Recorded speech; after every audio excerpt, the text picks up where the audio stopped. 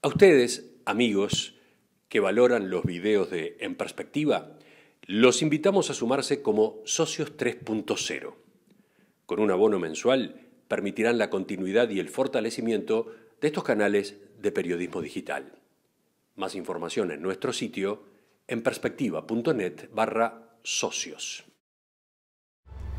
Desde la década del 40, en la esquina de las calles Isla de Gaspar y Larravide, existió un asentamiento con más de 200 familias. Era el más viejo de Montevideo. Era, porque a principios de septiembre se culminó el realojo del barrio entero.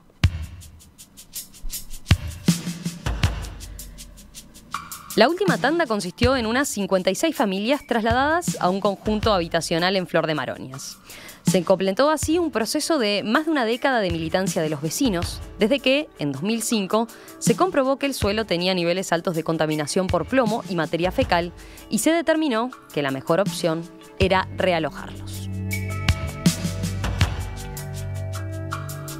¿Cómo fue este proceso? ¿Por qué se demoró tanto? ¿Cuál es el futuro para estos vecinos y para ese predio que se está limpiando? Bueno, para hablar de este tema es que hoy recibimos aquí en estudios al arquitecto Salvador Esqueloto, director nacional de Vivienda, y a Inés Giudice, integrante del equipo de asesores de la Dirección Nacional de Vivienda.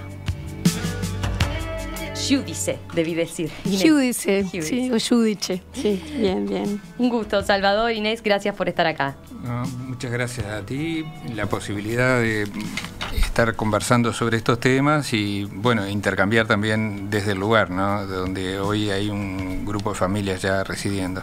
Vamos a eso. Yo decía, estamos con parte aquí instalados, pero también Rosario. Rosario está en movimiento, está concretamente donde era o pasó por ahí hoy más temprano, donde era el asentamiento Isla de Gaspar, allí en la zona casi límite, podríamos decir, de La Unión y Malvin Norte aproximadamente, o para que tengan otra referencia, cerca de próximo a Avenida Italia y Comercio, ¿verdad? Rosario, te escuchamos. Tú estuviste por ahí, decía yo, en las últimas horas recorriendo lo que quedó y lo que fue ese asentamiento. Nada, es decir, lo que quedó es nada, es un montón de escombros, una serie de restos de aparatos sanitarios, 2 automóviles que en realidad son chatarra, que hace tiempo que no caminan, y es un enorme basural que sobre todo se extiende a lo largo de Isla de Gaspar.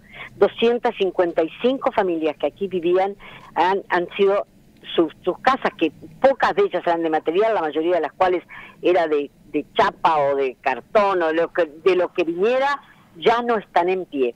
Y la propuesta me parece más que interesante porque más allá de que van a tener que retirar todos estos restos que quedan en este momento, es hacer una zona verde, ¿no? Es decir, una zona para utilizar como parque. La mejor referencia es que esto está a lo largo de Isla de Gaspar, pero también a lo largo de el Boulevard Euskal-Herria, en la zona de Malvin Norte, que es un ancho boulevard de 2 vías que van en uno y otro sentido, con una especie de cantero al medio y las calles que cruzan, digamos, ese cantero asfaltadas. Realmente el panorama hoy es desolador porque es eso, te digo, es un basural donde uno da cuenta de la cantidad de residuos inorgánicos que van quedando detrás de una actividad que además de por sí ya era bastante desprolija. Y ahora me vine a la solución, es decir, a 2 conjuntos que ya son otra historia de la cual les hablaré en un rato entonces. A lo que decía Rosario, se está trabajando ahora en la limpieza de ese predio, de ese enorme predio que quedó. Exactamente, porque la modalidad de intervención en este caso, que es un trabajo interinstitucional, acá en toda la logística y toda la operatividad del traslado y las etapas posteriores, interviene la Intendencia de Montevideo, varios de sus servicios, la UTE, es decir, todos los servicios públicos están coordinados. Tiene que ver con lo que viene después. ¿Qué se viene después? Rosario adelantaba algo, un punto verde para esa zona. Más que un punto, ahí tenemos más de 7 hectáreas de suelo, es decir, es un área muy importante. Estamos hablando de la posibilidad de un nuevo parque público con equipamientos, con espacios reservados para instituciones educativas. Ya tenemos 2 instituciones deportivas que usan parte de ese predio. Uno es el Club Huracán Buceo, que tiene la zona más al norte, con su complejo deportivo, y también el viejo Club Albión, que ocupa otra parte. de esos terrenos públicos, y lo que hoy queda liberado suman más de 7 hectáreas. Rosario hablaba de la Rambla Euskal Herria, que tiene una configuración de bulevar con un doble trazado vial y un amplio cantero central, y que luego toma ambas márgenes del arroyo Malvín. Hasta ese momento está entubado y a partir de ese momento discurre a cielo abierto. Y lo interesante es que parte de la propuesta que está manejando la Intendencia y que va a ser financiada con recursos del Ministerio de Vivienda a través del programa de mejoramiento de barrios es tomar una de esas vías y tomar el cantero central para incorporarlo al parque, porque en realidad está sobredimensionado, genera un espacio como demasiado anómico, abierto, excesivo, bueno, y se va a incorporar entonces a la nueva propuesta. Eso es lo que se viene, son los planes. Nosotros decíamos, bueno, esto es como el término del desalojo, el hecho de que se haya terminado de realojar todo este asentamiento, nos da la excusa, digamos, para hablar del término y del problema más en general, ¿no? Situémonos en algunos datos generales de los asentamientos. A ver, aproximadamente el 4% de los hogares del país se ubican en asentamientos irregulares, una cifra que en Montevideo crece un poquito más, ¿no? Llega al 5,3%. Serían unas 58.000 hogares, esto según la encuesta continua de hogares del Instituto Nacional de Estadística. Los datos del censo de 2011, por ejemplo, hablan de 165.000 personas en unos 589 asentamientos. A muchos oyentes quizás estas cifras les puede llamar un poco la atención por lo alta o por la alta cantidad de personas que luego de 15 años, quizás de un periodo de crecimiento económico, de bonanza ininterrumpida, bueno, sigan estando en un asentamiento, ¿no? ¿Qué dicen ustedes a este tipo de cuestionamientos o este tipo de consideraciones que se hace cuando se habla de estos números, ¿no? Bien, primero creo que hay que ubicar los números. Lo que tú mencionabas recién son datos que emanan de un informe del año 2012 en realidad, elaborado por la Unidad de Monitoreo del Programa de Mejoramiento de Barrios. Es el segundo informe de una serie. Nosotros estamos trabajando en el tercero, que procura establecer criterios comparables de medición para hacer un seguimiento de la evolución de este tipo de configuraciones de vivienda informal, básicamente. El primer estudio se hizo en el año 2006 con datos del censo del 2004. Este segundo está apoyado en datos del 2011. Ahora estamos haciendo un tercer corte que lo estamos cerrando en esta semana. Obviamente no tenemos un nuevo censo de población y vivienda, se estima que el próximo se realizará en el año 2021 y ahí sí podremos ajustar un poco mejor los datos. ¿Qué quiere decir esto? Que de acuerdo a los criterios estadísticos que maneja el Instituto Nacional de Estadística, se considera asentamiento a todo aquel agrupamiento de 10, o mejor dicho, más de 10 unidades de vivienda que ocupa de una manera irregular un terreno público o privado. Grosso modo es esta la definición. ¿Qué quiere decir esto? Que hay una situación de irregularidad desde el punto de vista urbanístico y desde el punto de vista dominial.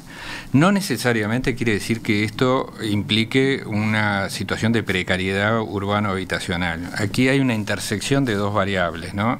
La precariedad está en los asentamientos en forma concentrada, en muchos de ellos, no en todos, porque hay asentamientos que uno puede circular por la calle y no distinguirlos de un barrio formal, y sin embargo están contabilizados como tales.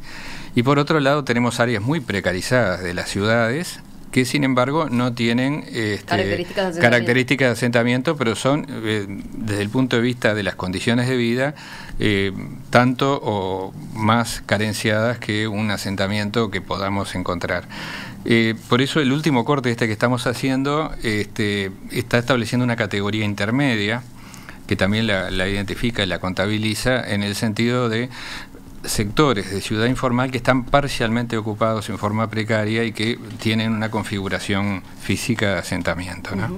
Pero yendo a la consideración más general que yo hacía, ¿cuánto entienden que se ha podido trabajar en este tema como tal, en lo que es la erradicación de asentamientos? Es una discusión que se ha dado, por ejemplo, estos días en las redes sociales a propósito de los recursos públicos. Está muy en boga esto, sí. Yo diría acá... Sobre todo porque a veces cuando se discute muchas veces presupuesto o rendición de cuentas, no siempre es de las cosas que más suena el término la cuestión de fondos para erradicar asentamientos, ¿no? Bueno, en realidad, hablando de erradicar, hemos erradicado y vamos a seguir erradicando la palabra erradicar. es un concepto que se genera en la década del 70, cuando era más bien visto el asentamiento como un fenómeno casi tumoral, maligno, y del cual había que extirparlo. Acá estamos hablando de situaciones de informalidad, de precariedad, de carencia, de vulnerabilidad de las familias, y que merecen distintas estrategias para su solución. En algún caso, estamos hablando de Isla de Gaspar, que es probablemente el más antiguo, o uno de los más antiguos de Montevideo, que por las condiciones específicas de ese lugar y de las familias, la solución fue reubicación, relocalización. Esa es una de las estrategias que esa es una de las estrategias, que es una estrategia extrema. Tenemos casos parecidos en el interior del país, que recién los comentábamos con Inés. El caso de La Chapita, en la ciudad de Paysandú, que es un caso también muy significativo, de un alto número de familias en condiciones de mucha precariedad, que estamos finalizando en este periodo su relocalización, y el caso del asentamiento Ferrando en la ciudad de Colonia, para tener un panorama, ¿no?, que no es solamente Montevideo y Canelones. ¿Por qué se reubican las familias? Porque no pueden, por condiciones sanitarias, por condiciones ambientales, por condiciones de riesgo, permanecer donde están. En este caso, en Isla de Gaspar, este era un predio público, pero que era una antigua cantera de piedra, varias canteras de piedra en realidad, que se denominaba a principios del siglo XX la cantera de los presos, porque ahí trabajaban presos extrayendo material pétreo, granito para adoquines y bueno, para todo tipo de construcciones, que luego se rellenó con basura. Hay más de 20 metros de basura en algunos lugares, hemos hecho cateos, y está absolutamente contaminado el suelo, es imposible que nadie pueda permanecer residiendo en ese lugar.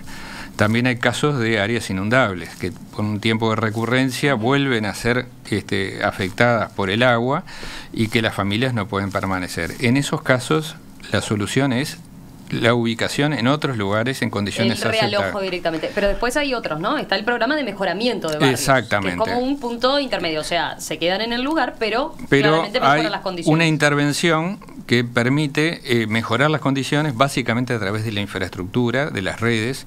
Se llega con todo lo que es la red de energía, de agua, de saneamiento, de drenajes pluviales, que cada vez son más importantes. Obviamente la red vial para que puedan acceder los vehículos, caminería peatonal, espacios públicos. Se los regulariza. Se incorporan a la ciudad formal y se regulariza.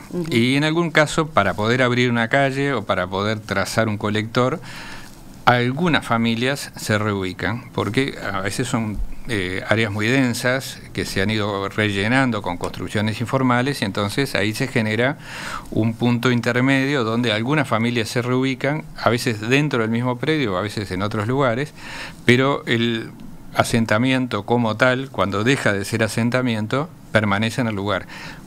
El programa de mejoramiento de barrios trabaja con predios públicos. Otros problemas son cuando estas familias ocupan durante predios privados, largos periodos, pacíficamente, y construyen su vida, pero en un predio privado donde es más difícil intervenir, pero también tenemos algunas líneas de trabajo en esa dirección. Pero pasando en limpio un poco las cifras, a partir de esto que yo decía, de estos 58.000 hogares que estarían dentro de los asentamientos y estos 589 asentamientos en realidad, que es la cifra más o menos que se manejaba, ¿cuántos han sido relocalizados entonces en este periodo de gobierno? ¿Cuánto se fue por el lado de el mejoramiento de barrio? Bueno, nosotros tenemos una meta que esperamos alcanzarla al final del periodo de gobierno, o sea, todavía nos queda un año largo para trabajar, de intervenir en asentamientos más o menos en entorno de unos, ahora no tengo el número acá arriba, pero 8.000 y pico de familias con estas características. No quiere decir 8.000 y pico de familias que van a tener una vivienda nueva, pero sí que van a tener condiciones de habitabilidad a través de conexión al saneamiento, de conexión a las redes de agua y de energía formal y, por supuesto, en algunos casos, mejoras internas a las viviendas o sustitución. Y por otro lado tenemos una meta de 2.500 viviendas de realojo, es decir, de reubicación ya en otros lugares, como esta intervención que hoy estaba visitando Rosario, ¿no? Yo tengo unas cifras acá, ¿puede ser entre 2015 y 2018 se relocalizaron 10 asentamientos? No, ese dato seguramente surge de algún informe elevado en el marco de la rendición de cuentas, y ahí estamos hablando de regularización. De regularización, sí, claro, en general, no realojo. Ahí está. Bien, bien. Bueno, pero vamos a el tema de lo de Isla de Gaspar. Decíamos, ¿qué condiciones tenía el predio como tal? Fue a partir de que se hizo ese estudio que determinó el grado de contaminación que tenía el suelo en el año 2005, que hizo que, bueno, se determinara y se tomara la decisión de que había que reubicarlo directamente. Yo creo que Inés lo puede contar porque ella acompañó prácticamente todo el proceso. El estudio es más reciente, ¿no? El estudio de contaminación creo que tiene un par de años, un poco más probablemente. No, pero la definición es sí anterior. se tomó en 2005, tampoco tengo exactamente claras las fechas. Ahí se hace un censo de población y lo que ocurre es que se quería incorporar a mejoramiento de barrios y se da la noticia a las familias, a la organización vecinal que ya venía surgiendo por un mañana mejor, o sea, un grupo de distintos actores del barrio que no se puede, que no tienen condiciones para entrar en el mejoramiento de barrios. Entonces, lo que se toma una decisión que yo siempre destaco como muy inteligente, se da una respuesta. Y la respuesta es que se contrata al CPP, al Centro de Participación Popular, como se sabe a partir del censo que la mayoría de la población es clasificadora, para trabajar con clasificadores en procesos de sociolaborales, es decir, se contrata a esta ONG que también se construye un local en el asentamiento y algunos lugares para hacer clasificado más ordenado, ecopuntos, y se empieza a trabajar parcialmente con la población por distintas etapas y mediante sorteos en trabajo protegido. Eso lo contrata la Intendencia y trabajan limpiando tanto el propio asentamiento como Campo Galuso y Plan Lanza Malvin Norte. Esto me parece que es muy importante lo que se menciona, porque son aspectos no visibles o intangibles que no siempre están a la luz del público, de la gente que puede estar apreciando un proceso, por ejemplo, de demolición de construcciones precarias o traslado de familias a otros lugares de la ciudad. Es parte de un proceso que es previo, es simultáneo y es posterior, y es mucho más o tanto más importante que la obra física. Y la obra física lo permite, pero sin ese proceso de trabajo social y de trabajo con las familias, no sería viable. Sobre todo por la tarea de eso que decían, ¿no? Si la mayoría eran clasificadores, bueno, evidentemente todo incidía, ¿no? Y no se podía pensar en un proceso de reinserción si de acuerdo. No estaba entonces. Y es más, en el medio, esta ¿no? estrategia que Inés decía que era muy inteligente, también tiene un punto que me parece que hay que destacar, que es que todas las familias no van al mismo lugar, sino que se ha resuelto en etapas, porque no era posible hacerlo todo junto, ir construyendo pequeños o medianos grupos habitacionales, tratando que no fueran muy lejos. Algunos de ellos están en Malvin Norte, a unas 6, 7, 10 cuadras del asentamiento. El último probablemente es el más alejado, pero responde también a las características de cada una de las familias, porque hay familias que pueden responder con ciertas capacidades adquiridas o previas a una mejor inserción en un ambiente urbano más consolidado, otras a un ambiente un poco más periférico, y bueno, eso se fue acompañando a lo largo de todos estos años. Incluso también tenemos una tercera modalidad que me parece que es importante mencionarla, que algo más de 70 de las familias fueron reinsertadas en forma puntual a través de compra de vivienda en el mercado, compra de viviendas existentes, ¿no? Porque se hizo un estudio específico de cada una de las familias, de su posibilidad de sostenerse en una vivienda, porque así como también había un núcleo importante de familias que vivían de la clasificación de residuos, había otro núcleo importante que tenían ingresos salariales, jubilaciones, pensiones, etcétera. Entonces se evaluó caso a caso su posibilidad de sostenerse en una vivienda individual. Pero estamos hablando en el periodo de tiempo que describía Inés, ¿desde qué año? 2011. Desde 2011. Claro, con en 2005 con... se toma la decisión, 2011 se firma el primer convenio con la Intendencia y los primeros resultados se empiezan a ver a partir de 2012, 2013, o sea, es un proceso desde el punto de vista material de 6-7 años de trabajo.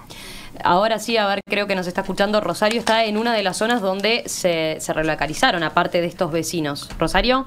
Bueno, sí, efectivamente ahora estoy en el primero de ellos, que en realidad llegué en segundo término, que es en la calle Zumfelde, esquina Cruzó Morté, a escasa una cuadra de Camino Carrasco.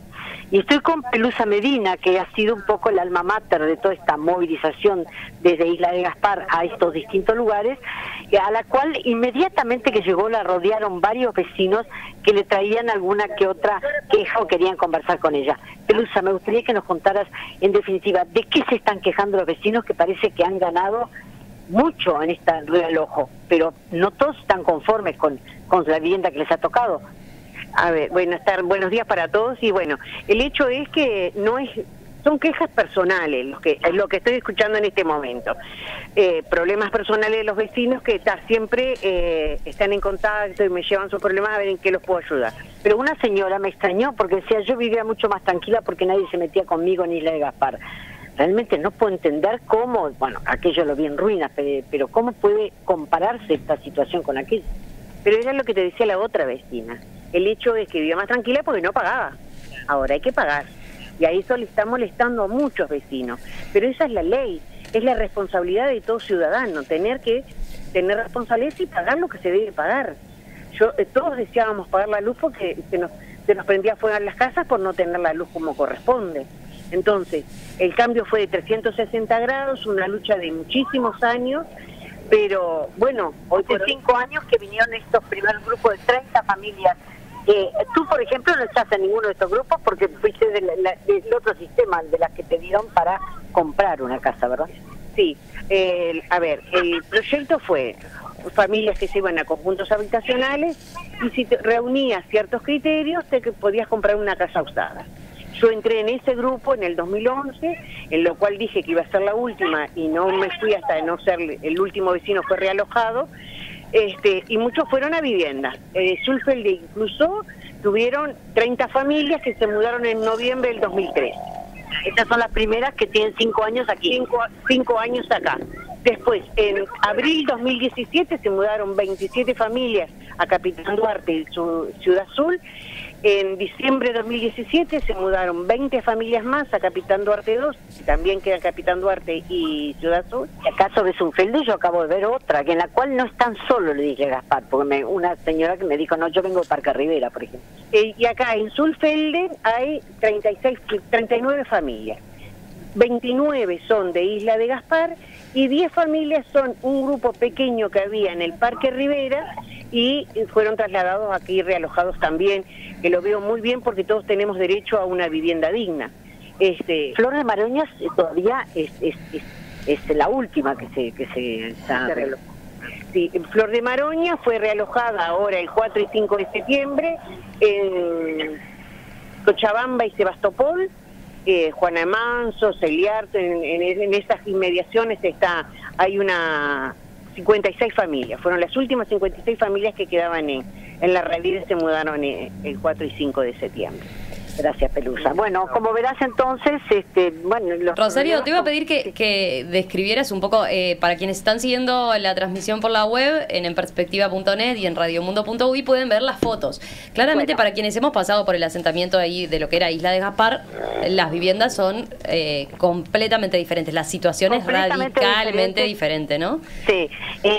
Porque además estamos hablando de viviendas que lucen muy muy bonitas, ¿no? Bien, hay unas que lucen más bonitas, pero sobre las cuales tuve las mayores quejas en cuanto a las terminaciones e ingreso de humedad, que después escuchamos en entrevista. Estas que son las que tienen 5 años, ya están en algunas en proceso porque actualmente la posibilidad de aumentar en un dormitorio. En realidad, sobre la calle Cruzó Morté, que es como la primera fila, Luego aparecen unos callejones sobre los cuales dan las otras viviendas. Es decir, y son blancas en la parte, son todas de 2 plantas, en la parte alta simplemente están blanqueadas y en la parte baja tienen adosado como un recubrimiento de ladrillo. Pero en todos los casos, bueno, hay que hablar que no tienen comparación, son casas de material, y bueno, y se ajustan a distintos tamaños, hay desde el monoambiente a 3 dormitorios, pero aún en el caso del número de dormitorios siempre se puede aumentar en 1, pero eso sí queda a cargo de quienes ocupen la casa. Así que las que ustedes ven con la parte alta, de acuerdo a las fotos, blanca, son las que corresponden a este primer complejo en el cual estoy, Zunfelde e incluso Morté. El otro que está más al sur, digamos, es Zunfelde y 17 metros, creo que se llama la calle, se ven mejor, pues son todas de ladrillo, pero aparentemente tienen unos cuantos problemas en cuanto a ingreso de humedades. Les pregunto a ustedes ahora, a propósito de esto que decía Rosario, claro, implica un cambio radical de vida. En esta zona en particular, había personas que trabajaban como recicladores.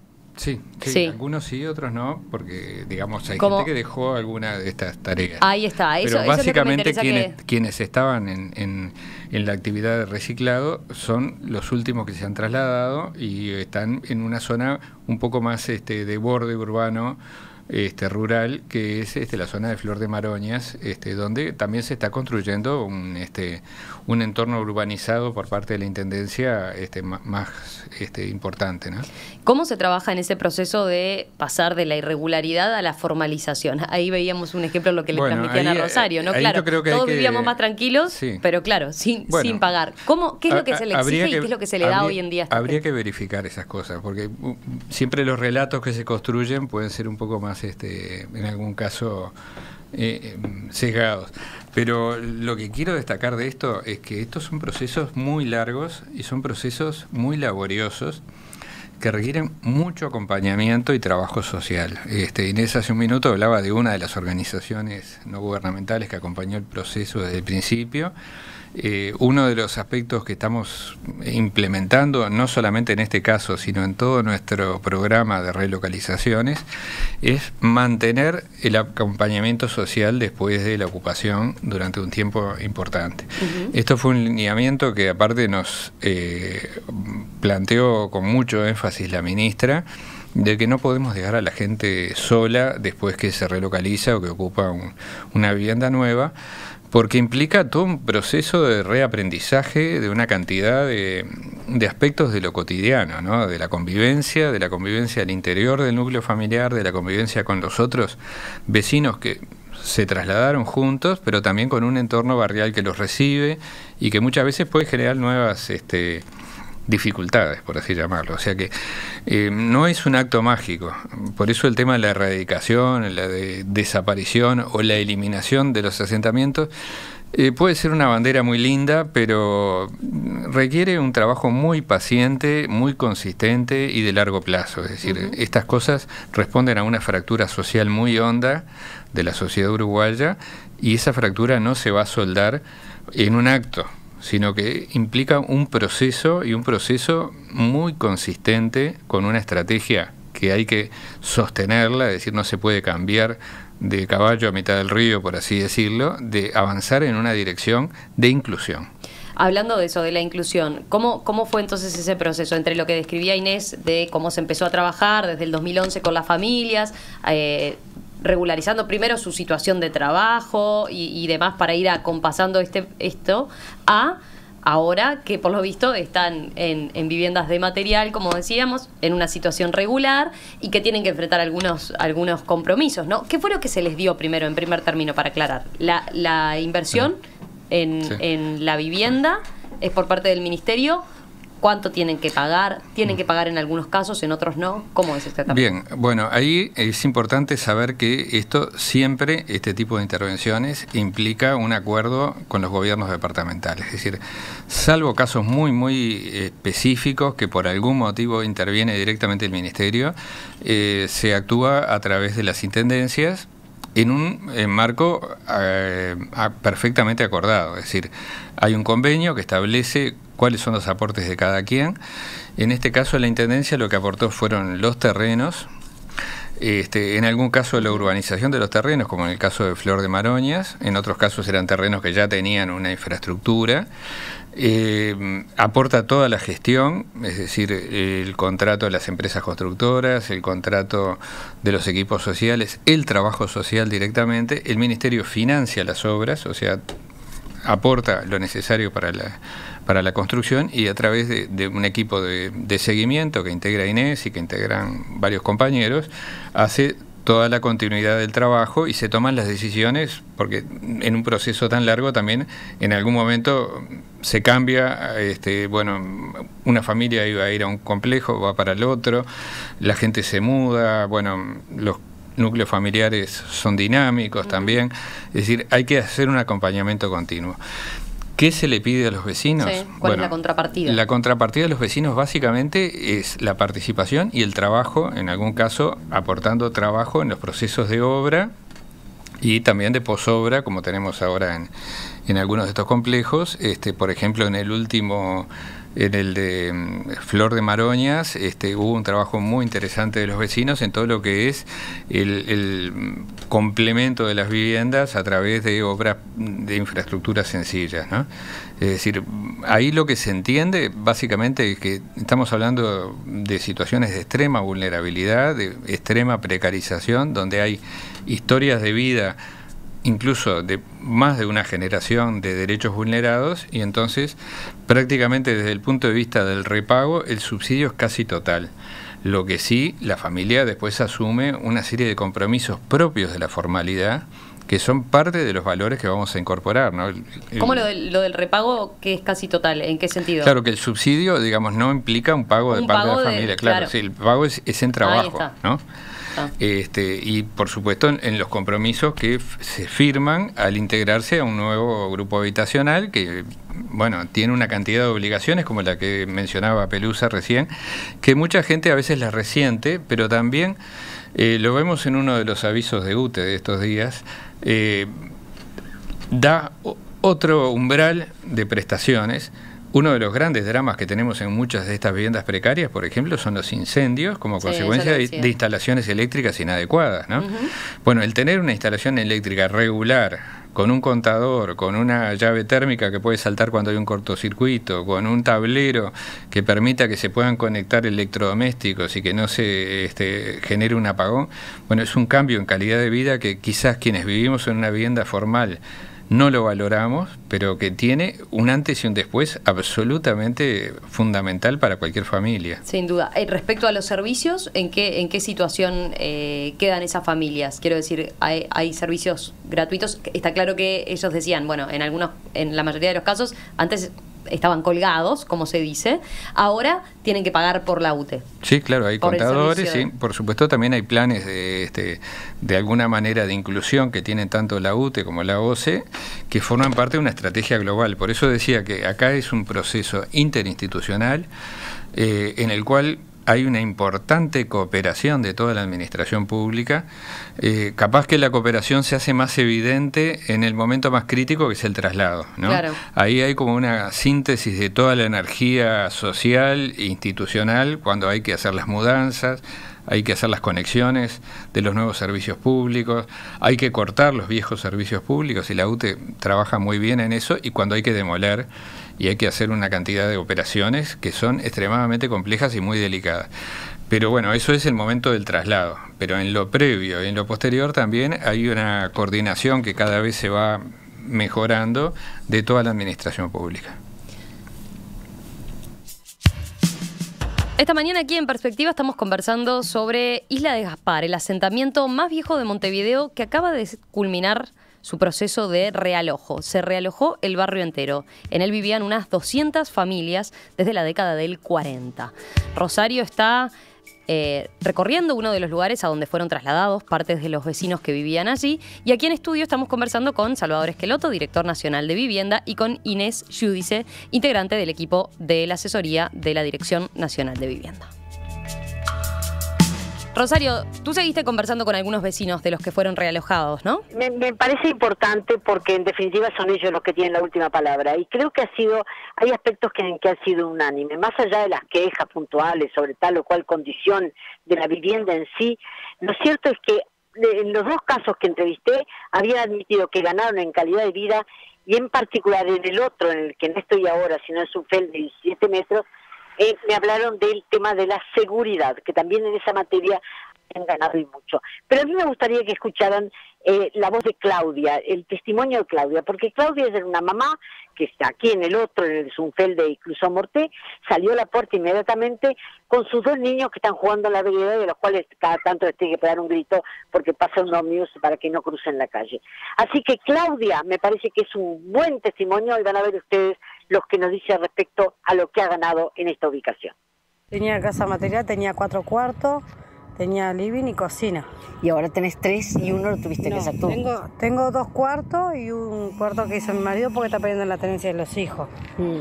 Y tengo 3 cuartos ahora y la cocina y el living.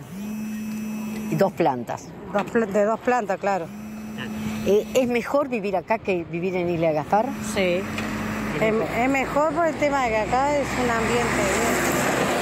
Y tenés liceo y escuela muy cerca, además. Sí, la escuela de mis hijos está ahí, la 63, una cuadra. Una cuadra. El liceo está cerca también, ahí, media cuadra. Lo cual es una ventaja, pueden ir hasta caminando. Claro.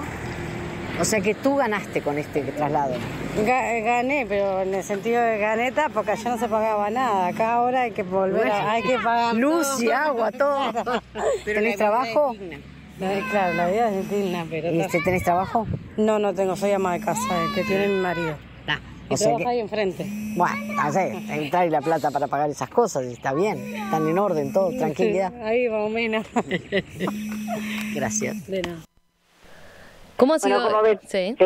Como ven, el testimonio de Claudia es francamente positivo, es decir, una mujer joven con niños chicos y que le ve la ventaja a vivir en este barrio en todo sentido, ¿no? Bueno, así que quería compartir con ustedes este testimonio porque me parecía que el único inconveniente era que ahora había tenido que regularizar pagos, pero habrán visto que se lo tomó hasta para la chacota, ¿no? Sí, Inés, capaz que vale la pena que nos cuentes a propósito de eso, de cómo, concretamente, cómo trabajan ahora, ¿no? En esta nueva etapa que encara la familia, donde tiene que hacer frente a las facturas de luz y de agua, por ejemplo, que mencionábamos, a partir de estar en esta nueva situación que es radicalmente distinta a la que tenía. Sí, yo creo que este es el tema de complejo, ¿no? Como todo lo que hemos atravesado en este realojo, tiene que ver con una forma de vida que tiene que transformarse, y esa forma de vida tiene también sus aspectos de comunidad y de ventaja, y la gente, como dijo esta señora, también invirtió mucho dinero en el asentamiento, hizo en algunos casos una vivienda de material que después se tiene que despegar de ella. Uh-huh.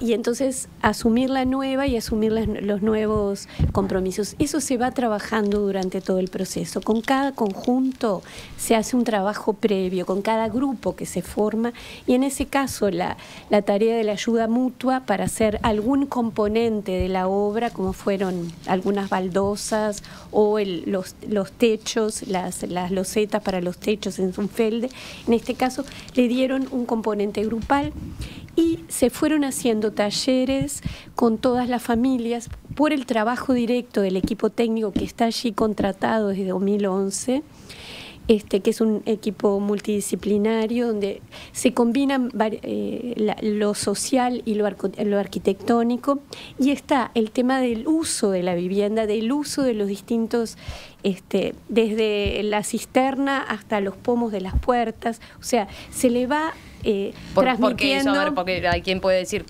¿Qué es lo que...? Claro, cambia. La novedad de la cisterna es muy importante. La novedad de los pestillos en las puertas, incluso de las puertas a veces, o sea, los niños las canillas, o sea, hay una serie de detalles de la cotidianidad que se modifican y que se hace un trabajo previo, pero un trabajo en sitio luego. Cada vez que por eso es importante. Y además se hacen también talleres con cuáles son los compromisos que se asumen. Y luego el más difícil, sin duda, porque la tarifa social de OCE es accesible, es el compromiso con el gasto de luz eléctrica, que en algunos casos se está trabajando en conjunto con el MIDES y el MIEM en canasta energética y logran cambiar las heladeras son viejas, los gasodomésticos que son más baratos. Las lámparas bajo consumo. Las lámparas de bajo consumo, UTE las da gratuitamente. Entonces, ahí hay un conjunto que es un trabajo antes, más teórico, tal vez menos perceptible, y un trabajo después de este equipo que lo que nosotros llamamos el trabajo de posobra, y que ha sido y sigue siendo un gran desafío por este tema de la contradicción. Tiene pérdidas y ganancias. Son más las ganancias que las pérdidas, pero hay pérdidas. A mí me interesa destacar esto último porque me parece que no es un trabajo que luzca, ¿no? Y muchas veces uno puede, en una visión lejana, una visión no muy conectada con estos problemas, pensar que los problemas se resuelven entregando llaves de casas. Y esto no es así de ninguna manera, ¿no? Acá hay que trabajar de una manera continuada por un cambio social, que es un cambio cultural, que es un cambio también en las relaciones humanas, interpersonales, al interior del núcleo familiar. Es decir, es una transformación verdaderamente sustantiva de las condiciones de vida de mucha gente. Tú hablabas de 200 familias, son más de 250 en este caso. Y eso requiere tiempo, entre otras cosas. Estos cambios no ocurren, yo diría que ni siquiera de una generación para otra, ¿no? Hay asentamientos como este que datan de los años 40, ¿no? Donde probablemente hay 4 o 5 generaciones. Hay sustitución, hay recambio. Originalmente los asentamientos en Montevideo se formaron los primeros cantegriles o las primeras zonas de viviendas precarias con migrantes del campo a la ciudad. Ya hace muchas décadas que esto no es así. O son las mismas familias en su versión actual o fueron desplazados de las áreas formales de la ciudad, ¿no? Entonces estamos hablando de cambios que generaron situaciones inadmisibles o intolerables y que su reversión es una reversión estructural y que tiene que ver no solamente con esto que hablábamos, sino también con acceso a los distintos derechos en términos de cobertura universal, por ejemplo, de salud, de educación. Rosario hablaba, por ejemplo, lo importante que es la localización de los conjuntos, es decir, poder estar próximos a los servicios educativos, a las escuelas, a los CAIF. En algunos casos se construyen CAIF, por ejemplo, a la educación secundaria. Bueno, y las oportunidades de empleo, ni que hablar, ¿no? O sea que no estamos hablando de la vivienda como una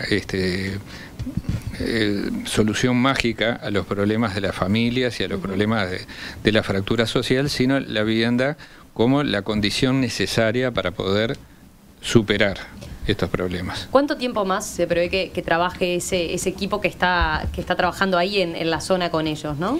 La posobra que está planteada en el reglamento, en el marco del plan de relocalizaciones, es de 2 años. De todas formas, la estrategia tiene que ver con consolidar el acceso a servicios de todos, especialmente de niños y adolescentes. Los educativos, sin duda, que en esto ya están trabajando y ya se habían hecho coordinaciones previas, y en el tema de la convivencia y el vínculo con el entorno. Los 2 años no son suficientes, pero la apuesta fundamentalmente es a que las familias y el conjunto se integren a las otras organizaciones o a los otros grupos y al vecindario, y al municipio como lugar y al centro comunal como lugar de referencia.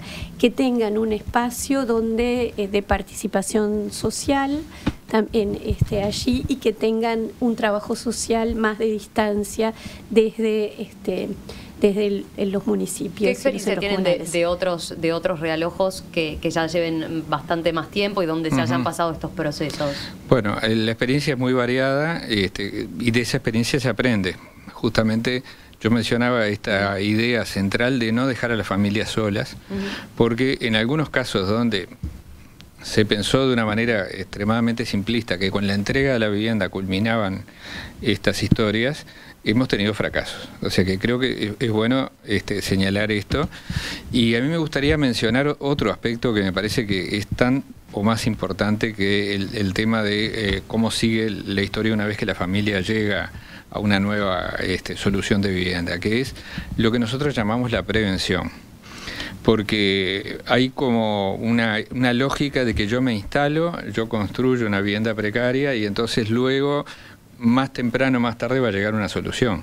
Pero el gran desafío que tiene la sociedad uruguaya es que esto no se desencadene. Y para que esto no se desencadene tiene que haber varias como líneas de trabajo que converjan. Algunas de ellas son absolutamente imprescindibles institucionales, es lo que llamamos la policía territorial. Es decir, apenas se instala un grupo en un lugar, tiene que operar todo el sistema público para impedir que esto se consolide, porque realmente... Bueno, ¿y cómo funcionan en ese sentido? En ese sentido hay... La interinstitucionalidad. Esto varía un poco de acuerdo a los departamentos, pero les voy a poner un ejemplo que me parece que es absolutamente, digamos, exitoso, que es el caso del departamento de Paysandú, que justamente ha implementado lo que llama la policía territorial a través de una inspectoría, le pusieron un nombre un poco curioso, de Contralor Territorial, que opera en el lugar apenas se detecta algún movimiento de este tipo y actúa preventivamente en coordinación con todos los organismos públicos, inclusive con la justicia.